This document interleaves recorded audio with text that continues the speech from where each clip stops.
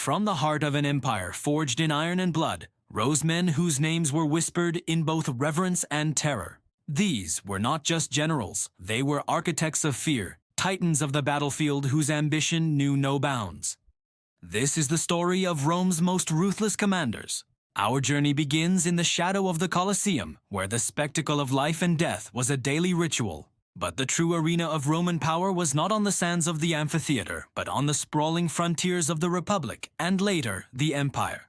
It was here that men like Gaius Marius reshaped the very fabric of Roman society. A new man from a humble background, Marius's military reforms created a professional army loyal not to the Senate, but to their general. He gave landless citizens a career, a sword, and a purpose. In return, they gave him absolute devotion. His victories against the Teutones and Cimbri were legendary, but his methods were brutal. He didn't just defeat his enemies, he annihilated them, setting a terrifying precedent for the civil wars to come. Then came Lucius Cornelius Sulla. A rival to Marius, Sulla was an aristocrat with a chilling capacity for cruelty. After marching his army on Rome itself, an unprecedented act of treason, he declared himself dictator. To secure his power, he introduced the proscriptions, a legalized murder list. His enemies, real or imagined, were hunted down in the streets. Their properties were confiscated, their families ruined. The Forum, once the heart of Roman discourse, ran red with the blood of its citizens. Sulla showed Rome that the ultimate power came not from the ballot box, but from the blade of a legionary's gladius. He ruled through pure, unadulterated fear. Of course, no story of Roman ambition is complete without Gaius Julius Caesar. A military genius, a masterful politician, and a charismatic leader, Caesar's conquest of Gaul is a masterclass in Roman warfare. Over a decade, he subjugated hundreds of tribes, his legions cutting a path of conquest through modern-day France and Belgium. He built bridges, besieged impregnable hill forts, and fought against overwhelming odds. But behind the genius was a ruthless pragmatist.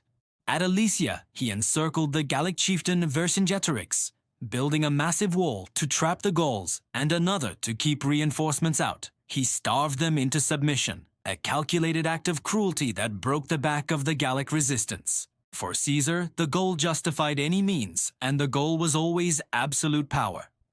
His crossing of the Rubicon was not just a river, it was a boundary between the Republic and his own ambition, a point of no return. Following Caesar's assassination, his heir Octavian would prove to be just as ruthless, if more subtle. Allied with Mark Antony, he unleashed a new wave of proscriptions, even more brutal than Sulla's, to eliminate their political rivals and fund their armies.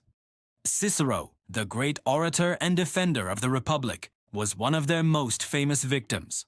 After defeating Antony and Cleopatra, Octavian, now known as Augustus, masterfully cloaked his autocracy in the language of the Republic. He called himself first citizen, but he was Rome's first emperor, holding absolute control. He brought peace, the Pax Romana, but it was a peace built on the foundations laid by decades of bloodshed and the elimination of all who opposed him. These men were products of a society that valued strength, honor, and victory above all else. They were celebrated as heroes, their triumphs carved into the arches and columns that still stand today. But in the shadows of these monuments lies a darker truth.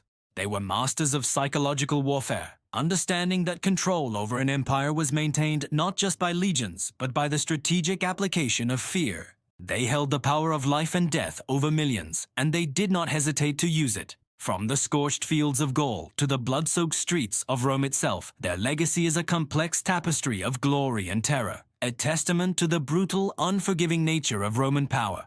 Their stories serve as a timeless, chilling reminder that the path to empire is often paved with the bones of the conquered and the ambitious alike. Thanks for watching. If you're fascinated by the raw and often brutal history of the ancient world, make sure to subscribe and hit the notification bell for more stories from the annals of time.